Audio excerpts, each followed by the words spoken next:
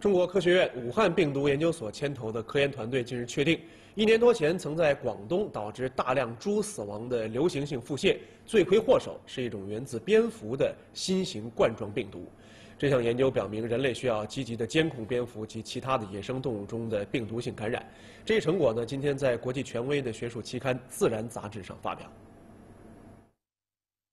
研究人员通过对病猪肠道样本的高通量测序、病毒分离和感染实验证实，该病原是一种来源于菊头蝠的新型冠状病毒，并将其命名为猪急性腹泻综合征冠状病毒，简称 SARS 冠状病毒。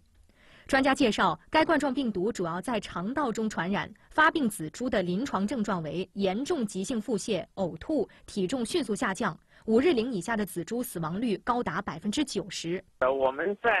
当时发病的猪场对那些密切接触病猪的工作人员，